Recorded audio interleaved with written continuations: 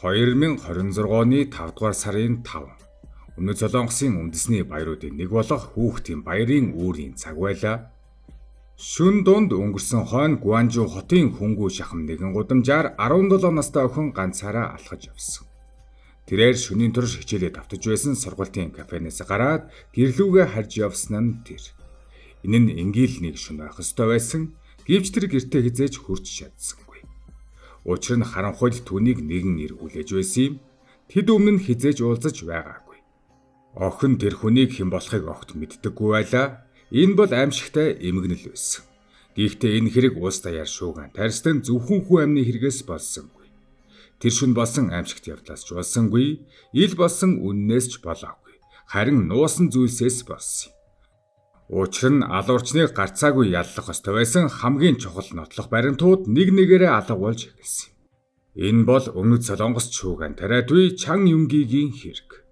Гэхдээ энэ түүх 2 хоногийн өмнөөс эхэлдэг.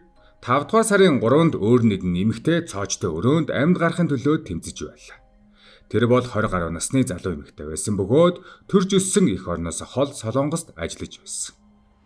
Тэр хамт ажилладаг байсан нэг залууг энгийн аюулгүй хүн гэж боддог байж, гэвч тэр ир ажлаас нь дарахад гэр хүртэл нь дагаж очсон байна.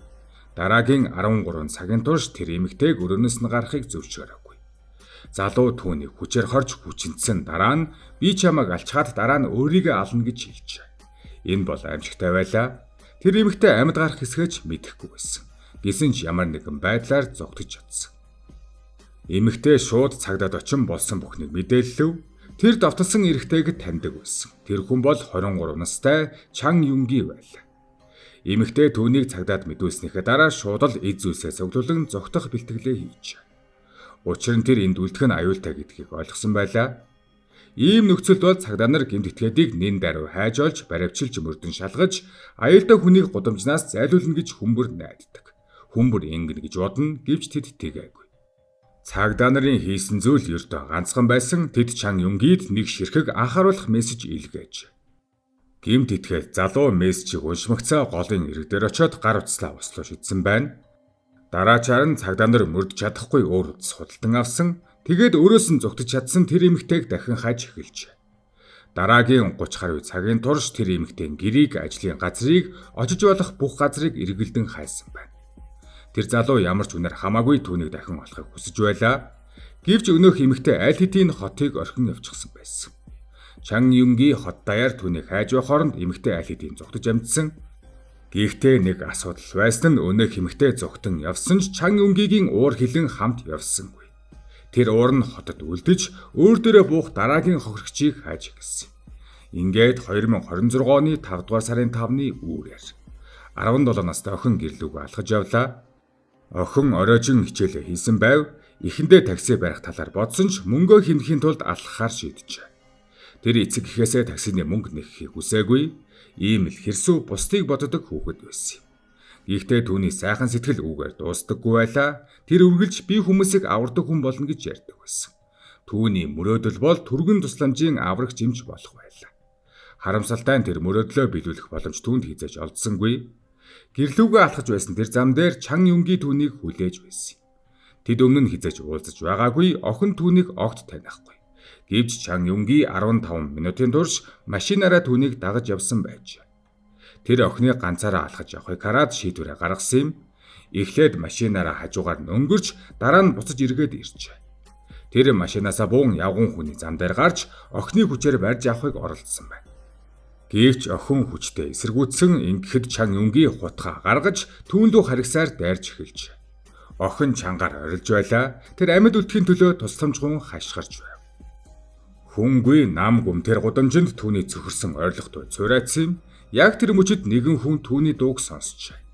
Замын нөгөө талд 6 игнээ өргөн авт замын цаана 17 настай нэгэн хүү байлаа. Тэр ч бас охиныг таньдаггүй байсан гэвч тэр эргэлзсэнгүй. Тусламж хүссэн ойрлох дууг сонсмогцоо 6 игнэтэй замыг бүхэлд нь гүйн хөндлөн гарч охин руу очижээ. Аюултай гэдгийг хүү мэдэж байсан. Гэсэн ч танихгүй хүнийг аврахын тулд шууд гүйсэн. Чан Юнги тэр даруй хутгаа түнлүү эргүүлж түүнийг олон удаа хутгалж хүнд шархтуулж. Дараа нь хэргийн газраас зогтож хоёулангийн цусганд хутгалдан айдас давтсан хിവэр нь орхиод явсан байна. Цагдаа болон түргэн тусламж маш оройтож ирсэн. Тэд хүүгийн амийг аварч чадсан ч харин охиныг аварч чадсангүй. Охины гэр бүлийнх нь түүний эцсийн мөчийг дараа нь ингэж дурсан ярьсан байдаг. Тэдний охин энэ хорвоог орхихдоо нүдэ огт аниагүй. Хичнээн нүдийг нь аниулах гэж оролцсон ч нүдэн дахин нээгцээр байсан аж. Эцэг ихийнх нь туулсан тэр уйгашууг үгээр илэрхийлэх бараг боломжгүй. Хэдхэн цагийн өмнө л хичээлээ тараад гэрлүүгээ алхаж явсан өсвөр насны охин одоо үрд байхгүй болсон байлаа. Гисэн ч харамсалтай тэднийг үүнээс ч илүү шаналл хүлээж байсныг тухайн үед мэдээгүй. Харин энэхүү хэрэг гарснаас хойш 11 цагийн дотор цагдаа нар Чан Юнгийг баривчилжээ. Тэр мөрдөн байцаагчдад энэ бүхэн урьдчилан төлөвлөөгүй гинтийн сэтгэл хөдлөлөөс болсон гэж мэдүүлсэн байдаг. Тэр хэлэхдээ амьдрал минь ямар ч утгагүй болсон байсан. Би амиа хорлохыг хүссэн гэж ярьжээ. Мөн өөрийгөө хэрхэн алах талаар 4-5 өөр аргыг хүртэл бодож байсан гэж хэлсэн байдаг. Түүнийг хэлснээр гудамжинд санамсаргүйгээр хохирогчтой даралдаж гинэд урлаж ийм хэрэг хийсэн гэж. Өөрөөр хэлбэл бүх зүйл төлөвлөөгүй байсан гэж тайлбарласан. Гэвч энэ түүх огт үнэмшилгүй байлаа. Хэрэг гарсны дараа зогтож байх хугацаанд Чан Юнгийн нэг ч удаа амиа хорлох оролдлого хийгээгүй. Үххийг хүсэж байсан гэх хүм баригдахгүй үлдэхийн тулд маш хүйтэн ухаанаар алхам бүрээ төлөвлөж байсан. Юуны өмнө тэр аллагын зэвсгээс салсан. Хэргийн газраас ойролцоогоор 800 м орчмын зайд машин орхиод хутгаа нуун далдалсан байна. Дараа нь тэр шууд нэг газар очисон. Тэр газар бол өөрөө үйлчилдэг угаалгын газар. Тэнд тэр цусаар бодогдсон хувцас угааж өөрийн үлдээсэн уул мөрийг арилгаж эхэлжээ. Гэхдээ үүнээс ч цочирдом зүйл байсан. Хувцас нь угаагдахыг хүлээх зураа Чан Юнгийн тайван гэгчин сууж цахилгаан тамхиад цэнэглэж байж. Хэдхэн минутын өмнө 2 өсвөр насны хүүхэд лөө худаг байранд дайрсан хүн гэхэд итгэмээргүй дүр зураг байсан юм. Түүнийг тэр үед харсан хүн байсан бол ердөөл нэг өдөр тутмын ажиллаа хийж байгаа энгийн хүн гэж бодохоор байж. Түүний тэрхүү угаалгын газарт байсан бичлэгийг үзсэн нэгэн сэтгэл судлалын мэрэгжилтэн ингэж дүгнсэн байна. Хин нэгний гэмтээсний дараа хүмүүсийн ихэнх нь айд сандардаг. Ямар нэгэн сэтгэл хөдлөл илэрдэг. Харин Чан Юнгид тийм зүйл огт байсан. Тэр яг л өдөр тутмын ажиллаа хийж байгаа мэт тайван байсан гэж. Түүний хэлснээр энэ нь нийгмийн эсрэг зан төлөв болон сайкопат шинж байж болзошгүйг илтгэж байж. Цагдаа нар Чан Юнгийн сэтгцийн үнэлгээ хийсэн. Сэтгцийн өвчтөе эсхийг тодорхойлох шалгалтын оноо нь аль бие усны босгоос доогуур гарсан байна. Гэсэн ч тэр огт танихгүй хүнийг ийм хэрцгийгээр хэд олон удаа худгалсан нь маш ноцтой шинж тэмдэг. Нэгэн өөр шинжээч бүр ингэж дүгнсэн. Тэр жирийн сайкопатаас ч дор байж магадгүй. Төрөлхийн өрөвдөх сэтгэлгүй хүн биш, харин бусдыг таршлах дуртай садист махчин гэж. Энэ бүхэн гинэт бий болоогүй. Өмнөх жилийн Чан Юнгийн олон нийтийн үйлчлэгээний ажил хийж байхдаа дунд сургуулийн сурагч охтыг нууцаар хэд хэдэн удаа дүрс бичлэгт буулгаж байж. Өөрөөр хэлбэл тэр шөнө болсон хэрэг огт хоосон газар үүсээгүй байсан юм. Чан Юнгийн огтхон ч сандарсангүй. Мөн өөрийгөө хорлохоор бодож байсан гэх ямар ч шинж тэмдэг үзүүлээгүй. Харин эсэргээрээ өөрийгөө хамгаалж баригдахгүй үлдэхийн тулд маш нарийн арга хэрэглэж байлаа. Тэр эхлээд өөрийн гар утсыг хайж байршлаар нь мөрдөх боломжгүй болгосон. Дараа нь таксигаа хэд хэдэн удаа сольж цагдаа нараас бултахыг оролдов. Эцэстэн Чан Юнгийг өөрийнх нь гэрийн өмнөөс нь баривчилсан. Гэвч энэ бүхний дараа илэрсэн зүйлүүд бүр ч аимшигтай байсан. Түүнийг баривчилсан өдрөө цагдаа нар машин болон орон сууцанд нь нэгжлэг хийж. Тэндээс тэд 2 чухал зүйл олсон байна. Эхнийх нь машин дотор байсан кабель орогч. Энэ нь ердийн үед утас кабель боох зориулттай хуванцар болт боловч хүний гар хөлийг хүлэгтэд ч ашиглаж болдог. Харин орон сууцнаас нь олдсон зүйл илүү цочирдон байлаа. Тэнд хэд хэдэн амьд хүний хэмжээтэй секс хүүхэлдэй байсан. Гэхдээ тэдгээр нь хэвийн байдалтай байсангүй. Зарим хүүхэлдэйнүүд маш хүнд гэмтсэн байж. Ялангуяа цээж болон хүзүүний хэсгүүд нь эртээ зүйлээр олон удаа зүсэгдсэн мэт байсан байна. Энэ хэрэг нь бэлгийн сэтэлтэй байж болзошгүй хүчтэй илтгэж байлаа. Гэвч цагдаагийн байгууллагын дотор энэ мэдээллийг ил болохыг хүсээгүй хүмүүс байсан. Чухам тэр мөчөөс эхлэн хамгийн чухал нотлох баримтууд нэг нэгээрээ алгуулж эхэлжээ. Цагдаа нар секс хүүхэлдэйнүүдийг ч кабель боогчдыг ч хураан аваагүй. Тэрхүү шийдвэрийг гаргасан хүн бол анхны мөрдөн шалгалтыг ахалж байсан Гуанган цагдаагийн газрын хүч хэрэглэсэн гэмт хэрэгтэй тэмцэх хилцээний дарга ахлах байцаагч Пак байлаа. Одоо түүний юу хийснийг алхамаар харцгаая. Нэгдүгээр тэр бэлгийн сэтэлтэй болохыг илтгэх хамгийн чухал 2 нотлох баримт болох кабель боогч болон секс хүүхэлдэйнүүдийг олсон мөртлөө нотлох баримтаар хураан аваагүй. Хоёрдугаард шинжээчдийн гаргасан нэгэн тайлан алгуулсан байна. Уг тайланд Чан Юнгигээс авсан мэдүүлэгт үндэслэн энэ хэрэг бэлгийн сэдэлтэй байсан эсхийг заавал шалах шаардлагатай гэсэн дүгнэлт багтжээ. Гэвч тэр тайлан хэрэгт холбоотой материалуудаас бүр мөсөн хасагдсан. Мөн нэгэн мөрдөгч хэргийн газрын CCTV бичлэгийг шинжилсний дараа тайлан гаргасан. Тэрхүү тайланд Чан Юнгийг охины хүчээр барих үед машиных нь арын хаалга онгорхой байсан гэж тэмдэглэсэн байна. Энэ нь маш чухал баримт байлаа. Учир нь Чан Юнгийн охиныг машиндаа хүчээр суулгаж, урьдчилан төлөвлөсөн байдлаар хулгайлах гэж байсан байж болзошгүйг харуулсан байсан. Гэвч ахлах байцаагч Пак тэр тайланг устгуулжээ. Дараа нь дахин бичүүлж, бичлэгээс тодорхой дүгнэлт хийх боломжгүй гэсэн утгатай болгон өөрчилсөн байна. Түүнээс гадна хэргийн газрын шинжилгээний үеэр кабель боогчийг дүрсэлсэн бичлэгийг ч устгахыг тушааж.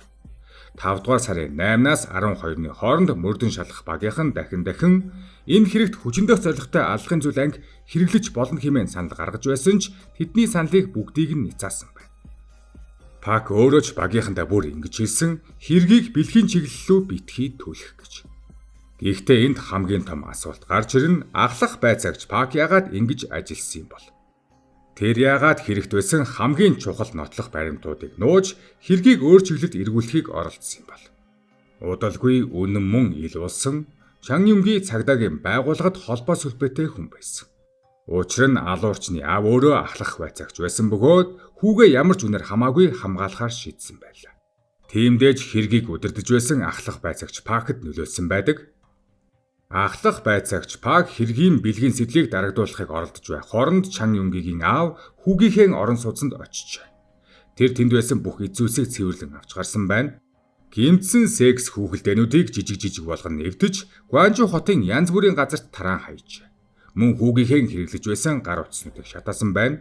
Гэхдээ энд нэг асуудал байсан. Тэр аав хүүгийнхээ шинэ байрны хаягийг мэддэггүй байж.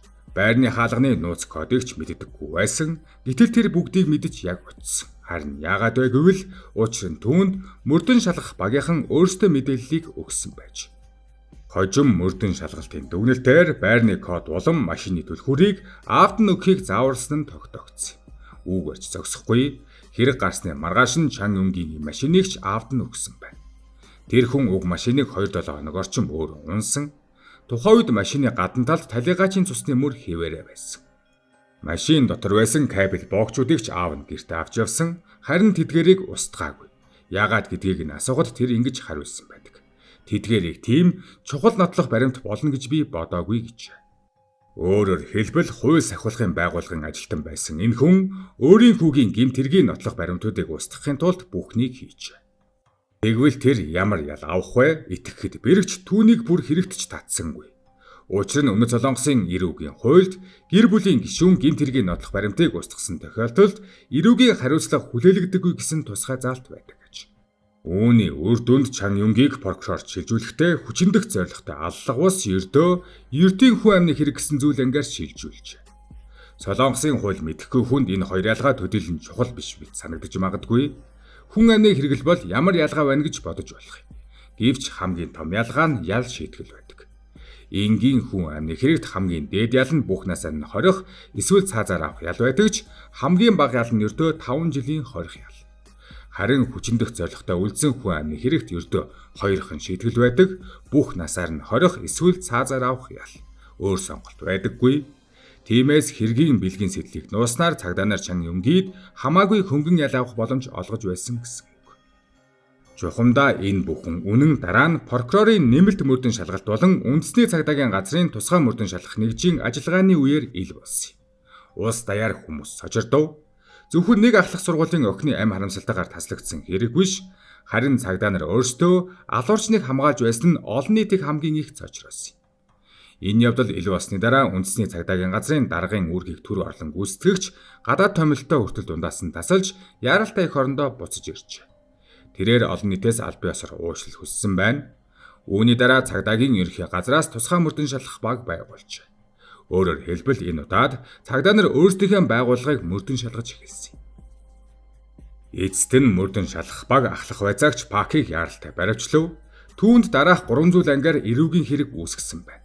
Нотлох баримтыг нуун дарагдуулсан, эрх мэдлээ урвалан ашигласан, албан үүргээ биелүүлээгүй. Ингээд Пакийг ч мөн прокурор шилжүүлсэн. Гэвч баг өөрт нь тулгсан бүх хэргийг үгүйсгэж. Түүний хэлснээр кабель богч болон секс хүүхэлдээнүүд нь чухал нотлох баримт биш байсан гэж. Мөн өөрийгөө ямар ч бичлэг устгах тушаал өгөөгүй гэж мэдгдсэн байна.